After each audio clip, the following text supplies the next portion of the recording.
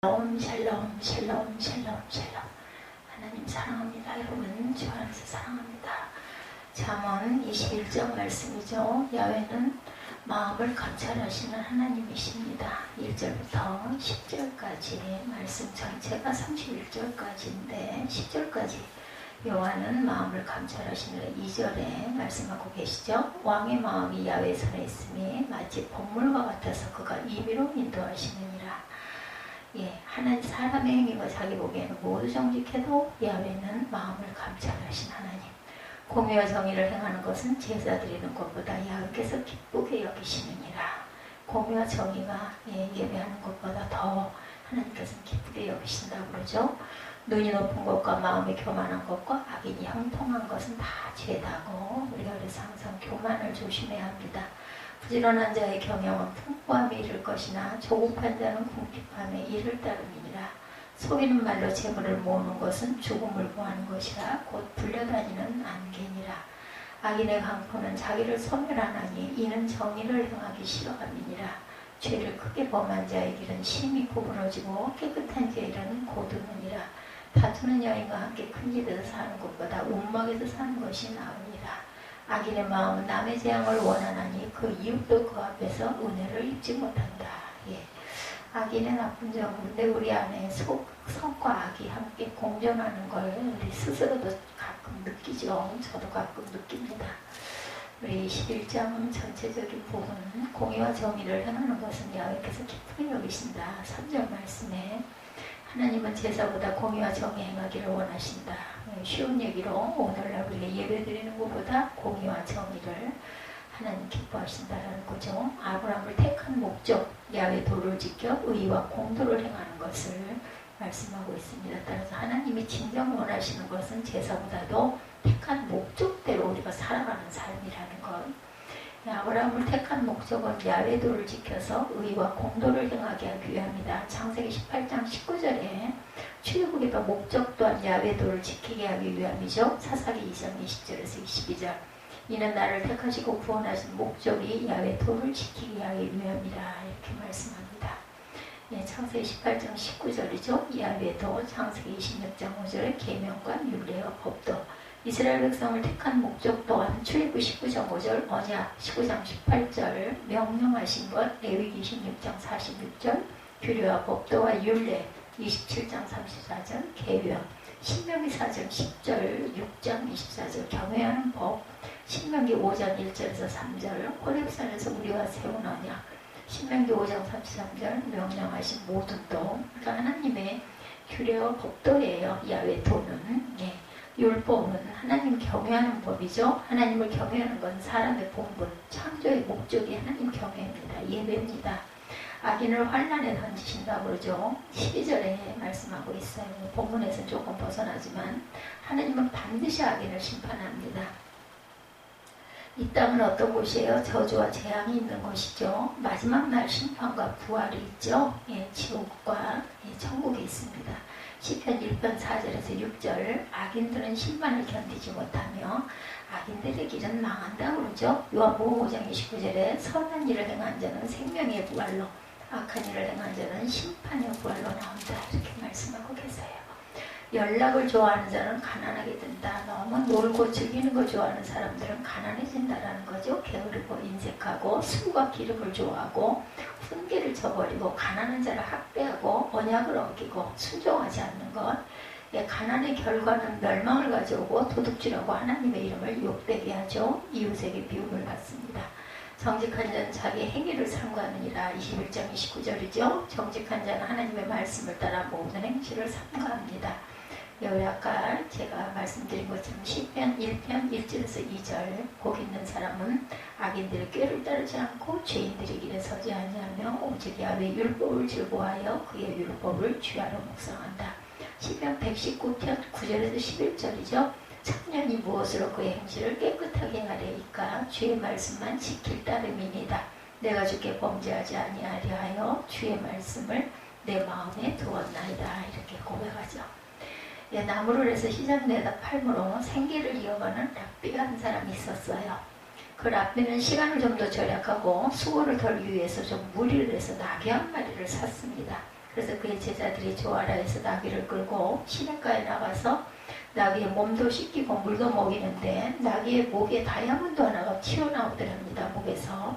그것을 본 랍비의 제자들은 너무나 기뻐서 우리 선생님이 이제는 고생을 면하시고 학문을 가르치는 일을 전심전력하게 되셨구나 하고 기뻐서 소식을 랍비에게 알려드렸어요. 그때 랍비는 반가워하고 좋아하는 것이 아니라 제자들을 나무라시면서 어서 그 다이아몬드를 나귀에 먼저 주인에게 갖다 주라고 야단을 치시더랍니다. 그때 그의 제자가 은근히 화가 나서 랍비에게 이 나귀는 선생님이 사신 것이고 그에게서 나온 것은 선생님의 것이 되는 것이 당연하지 않습니까? 라고 항의를 했다고 그래요. 그때 선생님이 뭐라고 말씀하셨겠어요? 나는 나귀를 산 것이지 다이아몬드를 산 게 아니다. 내가 산 것만 가지는 것이 정당하지 않은가라고 말했다고 합니다. 저 같으면 행제했다고 좋아할 것 같은데요. 그죠? 자, 이 랍비라면 여러분들 어쩌시겠습니까? 저는 이렇게 못됐어요. 이 목사가 목사 자격이 없는 거죠. 도말할 것도 없이 그것은 나귀의 현재의 주인이 내 것이라고 주장하는 사람들이, 저 같은 사람들이 많이 계실 겁니다. 아니면 여기 랍비처럼 내가 산 것은 나귀이니까 내가 산 것만 가지는 것이 마땅하지 않겠느냐고 하실지도 모르죠. 이 이야기 속에 우리는 무슨 의미를 찾아야 할까? 성도와 비성도의 구별을 어디에서 찾아야 할까요? 교회 나가는 것과 교회 나가지 않는 것으로 볼 수 있을까? 물론 그렇게 볼 수도 있죠. 당연히 교회 나가야죠. 그러나 그것은 정확하지가 않다는 거죠. 일상생활 중에 자신의 개인적인 이기심의 노예가 되어 살아가는가 아니면 자신에게 손해가 된다 할지라도 타인과 공동체의 이익과 진실함을 선택할 것인가? 이는 우리 예수님의 교훈이시죠. 아마도 개인적인 극도 이기심에 주님에 매이셨다면 주님은 십자가를 내동댕이 치고 도망가셨겠죠. 하늘로 올라가시든지. 그리고 만백성을 위해서 아니 제자들을 위해 군림하셨을 것이다. 그러나 그분은 십자가 지는 것을 거부하지 않으시죠. 이것이 그분의 개인적인 그 어떤 그 이기심을 버린 마음이죠. 이것이 공동체 유익과 하나님 아버지의 기뻐하시는 일이기 때문에 자비를 포기하고 희생하고 섬기는 쪽으로 택하신 거예요. 말이 쉽지 않습니다. 바로 이 점이 크리스찬과 크리스찬이 넌 크리스찬의 차이다. 이런 관점에서 볼 때 현대 교회들과 그리스도인들이 세상의 지탄을 받고 손가락질을 받는 것은 놀랄 일이 아니라는 거죠. 그런 모습들이 없기 때문에 잘 섬기고 내가 손해가 난다 할지라도 그렇죠. 예수님이 십자가를 지는 것 같은 그러한 우리 희생 이런 것들이 너무나 없다는 겁니다. 오늘 잠언 이 부분에 대한 도전을 새롭게 받고 다시 한번 그리스도인다운 모습으로 접근해 가기를 우리 함께 한번 시도해 봅니다. 하나님은 우리 인생들의 주권자이심을 오늘 본문이 말씀하고 있어요. 우리에게 주권자로서의 하나님을 우리에게 보여주시는 것은 우리 인생들이 생사화복의 주권자이신 그분의 뜻을 따라 나를 포기하고 그에게 초점을 맞추라고 하는 거죠. 인생이 언제가 가장 행복할까? 생사화복을 주관하시는 절대 주권자에게 순종하면 살아가며 살 때 가장 행복한 때라고 믿습니다. 언제 인생에 위기가 닥칠까요? 생사화복의 절대 주권자이신 하나님의 말씀에 불순종하고 미워하면서 살 때는 가장 불행한 지옥과 같은 삶이라고 할 수 있겠죠. 오늘 말씀에 우리 인생들이 하나님께 순종하고 사랑하며 하나님과 좋은 관계를 맺고 살 때가 안정되고 풍요롭고 행복하다. 그러나 하나님과의 바른 관계를 맺지 못하고 살 때 비참함에 떨어질 수밖에 없게 됐다. 심령은 하나님과 단절되어 고독과 허무와 황폐함에 빠지게 되고 생활적인 면에서는 궁핍과 메마름이 찾아오게 됩니다. 우리가 이 같은 인생들이 되지 않게 하기 위해서 우리에게 자문의 지혜를 베풀어 주시는 줄 믿습니다. 하나님의 손에 맡기는 생활을 우리 해야 되겠죠. 1절 봅니다. 왕의 마음이 야훼 손에 있음이 마치 보의 물과 같아서 그가 임의로 인도하시느니라. 모든 주권이 하나님께 있다는 거죠. 심지어 왕의 마음까지도 야훼 손에 있다. 그렇죠. 여호와의 손에 있습니다. 하나님은 전지전능하시고 무소부재하시고 못하시는 것이 없으시고 모르는 것이 없는 분. 천지 만물이 다 그에게서 나오고 그런 말미암고 그에게로 돌아갑니다. 왕이라 할지라도 어떻게 그걸 다 할 수 있겠어요. 그러므로 온 인류는 그를 찬양할 수밖에 없고 그분을 두려워할 수밖에 없다는 것이죠. 하나님은 사람의 외모만 보시는 분이 아니고 우리의 심령과 골수를 찔러 쪼개기까지 하신다라고 말씀하죠. 우리의 마음과 생각과 뜻을 감찰하십니다. 공중에서도 하나님의 허락 없이는 떨어지지 않는다고 그러죠. 농부가 자기 논에 물고를 터놓으면 물이 그 수로를 향해서 들어가기도 하고 물고를 막으면 물이 들어가지 못하는 것처럼 하나님은 당신의 손길에 의해서 인생들의 마음과 생각과 뜻을 조절하시죠. 이렇게 하시는 분은 상천지하에 유일하게 오직 야훼 하나님 한 분뿐이시다. 그러므로 우리 인생들은 우리 야훼 하나님을 두렵고 떨림으로 공경하고 순종해야 할 줄로 믿습니다. 그래서 하나님께서 말씀하죠. 너의 행사를 야훼께 맡기라. 잠언 16장 3절이죠. 그리하면 나의 경영하는 것이 이루어지리라. 너의 길을 야훼께 맡기라. 저를 의지하면 저가 이루시고 내 의를 빛까지 나타내시며 내 공의를 정오의 빛까지 하시리로다. 야훼 앞에 잠잠하고 참아 기다리라. 자기 길이 형통하며 악한 길을 이루는 자를 인하여 불평하지 말지어다. 시편 37편 5절에서 7절입니다. 이것이 절대 주권을 가지신 하나님을 인정하는 성도의 생활 자세라는 거죠. 내 의를 빛까지 나타내시며 내 공의를 정오의 빛까지 하시리라. 야훼 앞에 잠잠하고 참아 기다리라. 자기 길이 형통하며 악한 길을 이루는 자를 인하여 불평하지 말아라. 너의 행사를 야훼께 맡겨라. 그리하면 너의 경영하는 것이 이루어지리라. 예, 그를 의지하면 그가 이루시고 내 의를 빛같이 내 공의를 정오의 빛같이 하시리라고 하죠. 그래서 예, 불의한 것으로 인하여 예, 그가 잘 되는 것, 예, 악한 꾀를 이루는 자를 불평하지 말라는 겁니다. 내게 주신 건강, 물질, 권세, 재주, 재능, 지식 모든 것 어느 하나라도 내 것이 아니죠. 주님의 것입니다. 건강을 잃어버리고 나니까 가장 부러운 게 건강한 사람이더라고요. 근데 내가 건강할 때는 그걸 몰랐어요. 그래서 예, 몸이 불편하신 분들, 불구인 분들을 보면은 그냥 피하고 싶어 했죠. 근데 이제 제가 그 지경이 되고 나니까 정말 이게 얼마나 건강하게 걸어다니는 게 귀한 것인지, 이게 속이 안정된 게 얼마나 귀한 건지, 잠을 밤에 아침에 잠이 모자라가지고 일어나기 힘들어하면서 일어날 때 정말 더 자고 싶은데 이런 게 얼마나 귀한 것인지 이런 생각이 이제 드는 거죠. 주님의 것을 내 것이냐, 그것을 악을 행하고 남용하고 유기하고 태만히하고 교만하여 가지지 못한 자들을 멸시하거나 그 위에 군림한다면 하나님께서 가만히 계시지 않는다라는 것. 4절이죠. 눈이 높은 것과 마음이 교만한 것과 악인의 형통한 것은 다 죄니라. 아멘. 우리에게 있는 것은 하나님께서 잠시 맡겨주신 것이에요. 그런데 눈을 높은 곳에 두고 마음이 교만히 행한다면 이것처럼 큰 죄가 없다. 이렇게 행하면 하나님께서 마치 농부가 논에 나무한 나가 무한한 저수지로부터 오는 물줄기를 이용해서 자기 논에 물꼬를 터서 풍부한 물이 들어오게 하다가 물꼬를 막아버리는 것처럼 하나님의 무한하신 풍성한 축복의 물꼬를 닫아버리실 것임을 우리가 알아야 될 것이다. 야고보 장로는 권면하기를 하나님의 능하신 손 아래 겸손하라. 베드로전서 5장 6절이죠. 이렇게 하나님의 절대주권으로 사는 것을 인정하는 성도는 어떻게 살까요? 첫째는 모든 염려를 하나님의 손에 맡기는 생활을 하고 삽니다. 모든 염려를 주께 맡기고 믿음으로 주님께 거하는 그런 사람들을 하나님은 사랑하시죠. 베드로전서 5장 7절이죠. 아무리 이 세상에서 악한 자가 잘되고 불의를 행한 자가 아무 일이 없다 해도 그것까지도 하나님께서 심판하실 줄 믿고 하나님의 손길에 맡기라. 로마서 12장 18, 9절입니다.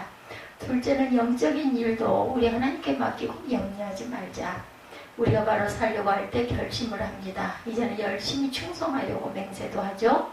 세상줄 끊으려고 이를 악물고 주먹을 쥐어도 봅니다. 그러나 그렇게 잘 되지가 않아요. 그래서 내 인생이 너무나 공고해서 탄식이 나고 절망 가운데 빠지게도 됩니다. 그럼에도 낙심하지 말고 좌절하지도 말고 힘으로도 되지 아니하고 능으로도 되지 아니하나니 하나님의 능하신 손에 붙들리기를 기도하며 힘을 내야 되겠죠. 로마서 7장 24절입니다. 한번 하나님의 자녀된 자들은 절대로 버리심이 없는 줄 굳게 믿고 확신을 가지고 일어서십시다. 셋째는 물질에 대한 염려도 주님께 맡겨야 한다. 염려치 말아야 되죠. 왜냐하면 하나님께서는 자기 아들도 아끼지 아니하시고 우리에게 내어주신 분이시죠. 우리 성도들이 이 부분을 굳게 붙드시기 바랍니다. 이것보다 더 확실한 증거가 없어요. 그렇다면 무엇을 안 주시겠는가? 로마서 8장 32절이죠. 공중의 새도 하나님이 먹이시고 들에 있는 꽃도 하나님께서 입히시고 단장해 주시죠. 근데 왜 우리를 모른 채 하시겠느냐? 마태복음 6장 31절에서 33절이죠. 그러므로 하나님의 절대 주권을 인정하는 성도의 삶, 필사력이죠. 모든 일에 기도와 간구로 너희 구할 것을 감사함으로 아뢰라. 아무것도 염려하지 말아라. 모든 일에 기도와 간구로 너희 구할 것을 감사함으로 하나님께 아뢰라. 그리하면 모든 지각에 뛰어난 하나님의 평강이 그리스도 예수 안에서 너희 마음과 생각을 지키시리라. 그 말씀을 붙들고 하늘이 무너져도 요동치 마시기를 주님의 이름으로 축복합니다. 눈에 보이는 현상을 보고 놀라지 말고 약속하신 말씀을 붙들고 항상 주님의 말씀만 붙잡고 늘어지는 저와 여러분들 되시기를 주님의 이름으로 축복합니다. 두 번째, 주님의 절대 주권을 인정하는 사람은 하나님의 눈으로 사는 생활을 살아갑니다. 2절이죠. 사람의 행위가 자기 보기에는 모두 정직하여도 야훼는 심령을 관찰하시나니라.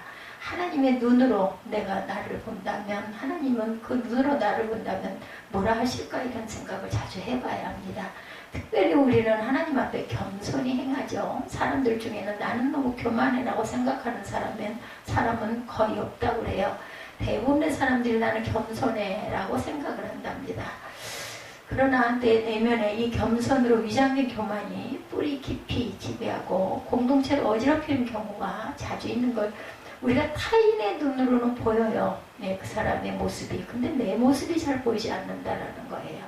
남의 눈으로 남을 볼 때는 아유 저 사람 참 교만해 이런 생각이 드는데 내 자신이 교만한 걸 나는 잘 모른다는 거죠. 남이 또 나를 볼 때는 그렇게 보겠죠. 이 경우 혹시 우리 모두가 다 거기에 대입을 해봅니다. 사람은 자기를 보는 눈이 사실 부족하죠. 나는 굉장히 좀 후해요. 남을 보는 건 아주 박하고 다른 사람들의 행실과 행위를 보는 눈은 발달이 되었는데 나를 보는 눈은 관대하고 잘 개발이 되지 않는다라는 거. 한마디로 자기 죄를 보지 못하는 까닭. 첫째는 자기 과거의 죄악을 자주 잊어버리기 때문이다. 둘째는 자기도 언젠가 그런 죄와 실수에 빠질 수 있는 인간이라는 사실을 잘 모르고 인정하고 싶어 하지 않는다. 셋째는 아무리 우리가 의로워도 하나님 앞에서 비참할 수밖에 없는 죄인이라는 사실을 또한 인정해야 합니다.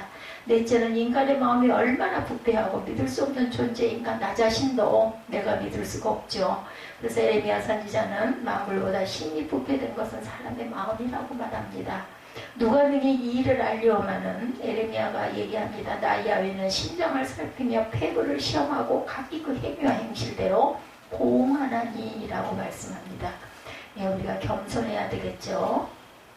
세상에서 살아가면서 세상에 살면서 예배하는 자세로 세상을 살아내야 할 줄 압니다.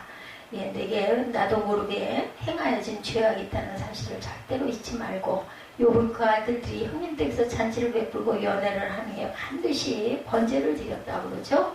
하나님께 자식들의 명수대로 제물을 드리고 속죄제를 늘 드렸다고 그래요. 욥기 1장 5절에 보면 뭐 생일이나 이런 게 맞이할 때 꼭 하나님께 이렇게 그 숫자대로 제물을 드렸다고 그러죠. 이것이 정말 어려웠을 겁니다. 그런데 이 경건의 생활을 절대로 흐트러뜨리지 않았음에도 불구하고 욥에게 시험 환난이 닥쳤죠.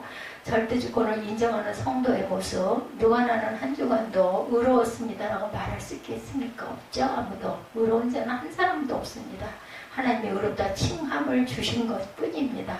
그런 사람들을 가리켜 입으로는 겸손함을 말하나 하나님의 주권을 인정치 아니하는 스스로 교만한 자들이라는 겁니다. 우리는 우리의 의식 구조가 잘 조정되어야 합니다. 날마다 개혁되어야 합니다. 새술은 새보다에 담는다라고 말씀하시죠. 우리의 생각을 날마다 새롭게 하고 변화를 받아야 되겠다. 왜 공동체와 주변의 문제를 일으켜요? 공동체들이 보는 눈이 잘못되었기 때문이죠.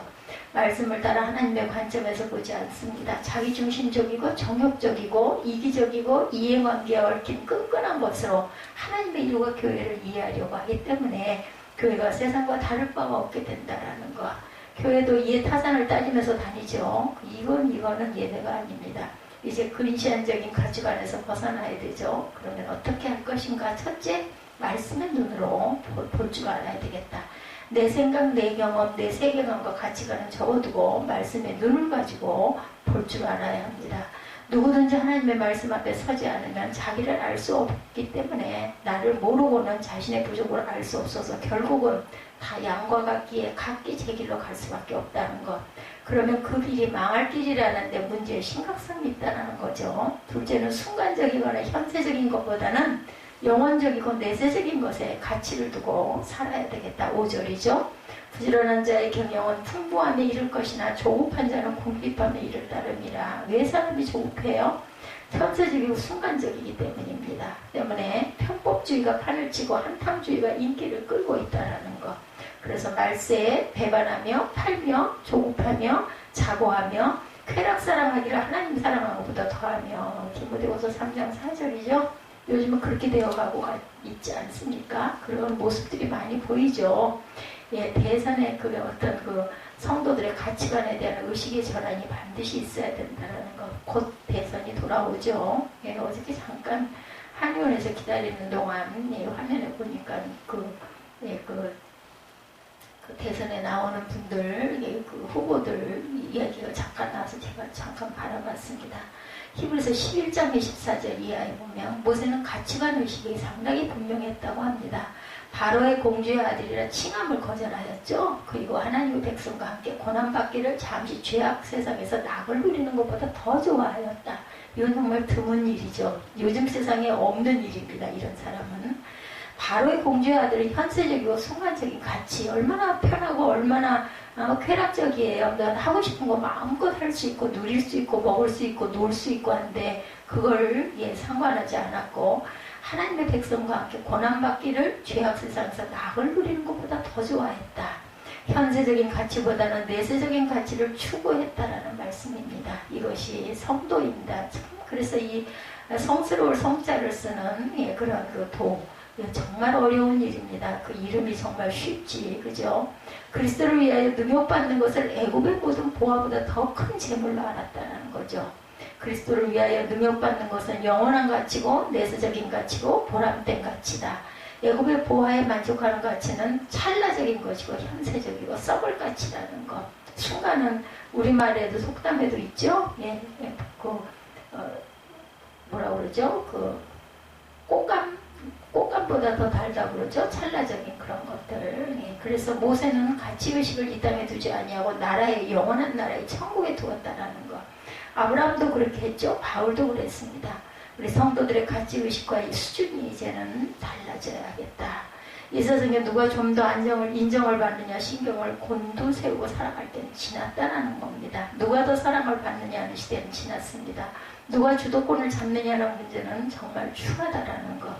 여러분들이 우리나라의 정치판을 날마다 보면서 정말 어떤 대통령이 돼도 온전한 대통령이 있겠느냐는 거죠.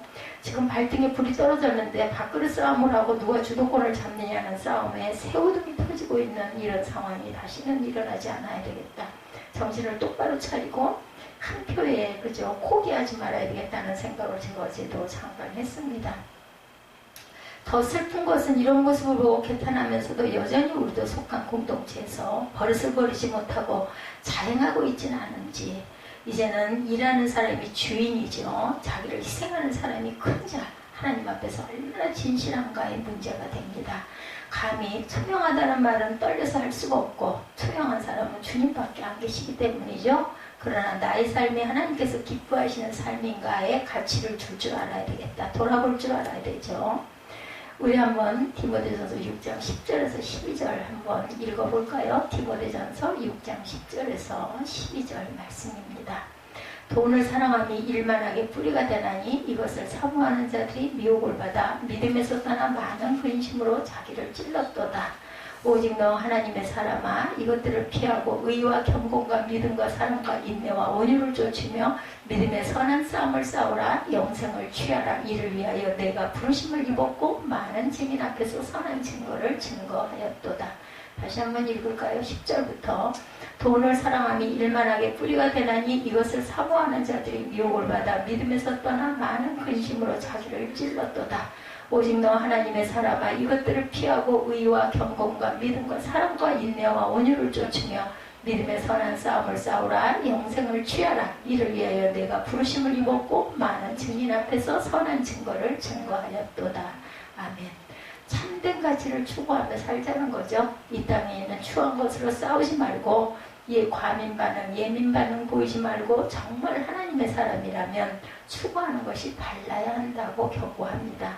하나님의 사람으로 의를 진심으로 추구하고 있느냐, 의를 추구하는 일에 실패할 때 마음이 상하시는지, 경건함을 위하여 얼마나 자기를 절제하고 희생하고 자신을 투자하고 있는지, 아무리 바쁘다 하지만 주님을 사랑한다고 말하면서 주님을 위하여 30분, 10분도 할애하려 하지 않는 그런 영성에 대해서 어떻게 생각하시는지, 그리고 믿음으로 살고 계시는지, 믿음으로 살다 손해를 보았을지라도 감사할 수 있는지, 정말 우리 속에 사랑이 있는지, 주님의 사랑이 인내를 추구하고 온유함을 위하여 몸부림치고 선한 싸움에서 피를 흘리고 영생을 취하여 그 취한 자의 삶을 살고 있는지, 우리의 의식은 과연 어떠한지, 하나님의 주권을 인정하고 사는 성도는 가치의식의 점 안에서 승리할 줄 알아야 된다는 거죠. 마지막으로 하나님의 마음을 기쁘게 해드리는 생활, 3절이죠. 의와 공평을 행하는 것은 제사 드리는 것보다 야훼께서 기쁘게 여기시느니라. 오늘 중심 주제이기도 합니다. 야훼의 주권을 인정하는 사람의 삶은 복잡하지가 않고 단순해요. 그래서 그런 얘기가 있죠. 절대로 성경 말씀은 쉬워야지 어려우면은 그거는 성경으로서의 그 어떤 자기 그 자만 아니면 자기 자랑하기 위해서 어렵게 힘들게 꽈서 설교하거나 꽈서 성경 공부하거나 이거 좋은 거 아니라는, 쉬워요. 하나님 말씀은 모두 다 은혜 받으라고. 야훼 주권을 인정하는 사람의 삶은 복잡하지 않고 단순하다. 하나님께서 기뻐하시는 일만 나도 좋고 하나님께 기뻐하시지 않으면 나도 싫은 거 그냥 간단하게, 내게 돈이 얼마나 들어오느냐, 내가 얼마나 대접을 받느냐, 내가 얼마나 높아지느냐 하는 문제는 시시한 것들이라는 것을 우리가 단호하게 배제하고 갈 줄 알아야 되겠다. 그런 것에 붙들려 사는 사람들은 정말 복잡하게 살죠. 페인트 모션을 늘상 쓰면서 갑니다. 그 사람 속에 도대체 뭐가 들었는지 알 수가 없는 사람들. 그리고 얼마나 피곤해요. 자신도 엄청 피곤할 거예요.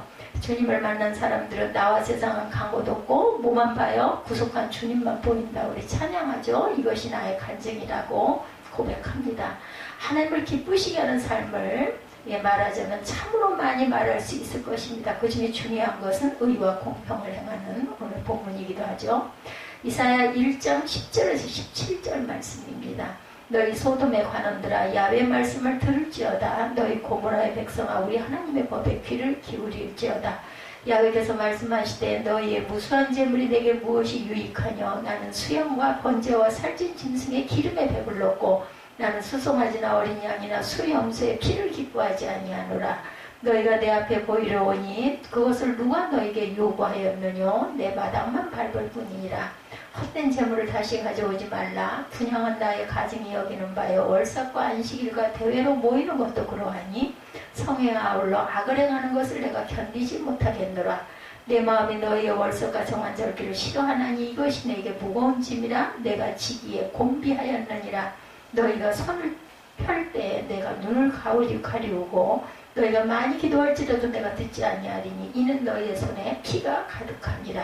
너희는 스스로 씻으며 스스로 깨끗이 하여 내 목전에서 너희 악업을 버리며 악행을 그치고 선행을 배우며 공의를 구하고 학대받는 자를 도와주며 고아를 위하여 신원하며 과부를 위하여 변호하라 하셨느니라. 이사야 1장 10절에서 17절 말씀입니다. 부지런히 재물을 하나님께 갖다 드리고 그것을 하나님께서 기뻐하실까? 부지런히 성전에 올라옵니다. 그러나 그것을 하나님께서는 기뻐하시지 않는다는 거죠. 열심히 금식하나 밤이나 낮이나 부르짖고 기도합니다. 그것을 기뻐하실까? 아니라는 거죠. 성회와 더불어 악을 행하는 것을 견디지 못하겠다. 이렇게 말씀하신다라는 것. 성회로 모였으면 죄를 짓지 말아야겠다는 거죠. 죄를 미워하며 살아야 합니다. 악한 마음을 깨뜨리고 생각을 고치고 행위를 버리고 착한 마음을 품고 주의 말씀에 순종해야 할 것이다. 이것을 하나님께서 기뻐하신다는 거죠. 사무엘도 그렇게 호소합니다. 사무엘상 15장 21절 이하에 블레셋과 전쟁할 때 하나도 남기지 말고 도륙하라고 엄한 명령을 주의종 사무엘을 통해서 하나님께서 하셨어요. 그러면 그대로 해야 되겠죠. 근데 그렇게 하지 않았어요. 살찐 거, 기름진 거, 좋은 거, 마음에 든 것을 뒤로 빼돌려서 자기 것으로 갖고 말았어요. 한마디로 제 맘대로 하고 하나님의 말씀을 멸시한 거죠. 아간이 그래가지고 죄를 받죠. 그때 사울의 변명이 뭐였어요? 자기 이익을 취하기 위하여 그렇게 하였음에도 야훼를 위하여 제단에 올리려고 귀하고 좋은 곳이라서 제가 이렇게 했습니다. 이렇게 빙자를 하죠. 자기는 빠지고 자기의 부하들이 그렇게 했다고 책임 전가까지 합니다. 사무엘 선지자의 책망이 야훼 목소리에 순종하는 것이 제사보다 낫다고 책망하죠. 아무리 기름진 식탁을 드리고 제물을 드리고 헌신을 하고 봉사를 한다 할지라도 늘 불순종하면 하나님의 말씀을 멸시하면 거역하고 고집과 아집을 부리면서 열심히 제사를 드리고 봉사하고 헌신하는 것을 하나님이 좋아하시겠느냐. 이 부분에 우리는 냉철할 필요가 있습니다. 그리고 우리의 마음이 심각해져야 할 필요가 있습니다. 과연 나는 하나님의 사람인가? 내가 만일 하나님의 백성이면 하나님께서 모든 주권을 가지고 계시다는 것을 인정한다면 내 경험과 감정과 혈육과 지형과 학연과 주변 이해관계를 떠나 하나님을 기쁘시게 하는 일에 나를 굴복시키고 그분 앞에 우리 무릎을 꿇어야 하는 거죠. 성도의 존재 의미는 하나님을 기쁘시게 하는 데 있음을 명심해야 할 줄로 믿습니다. 오늘 잠언 21장 1절에서 10절 말씀 야훼는 마음을 감찰하시느니라 이런 제목으로 함께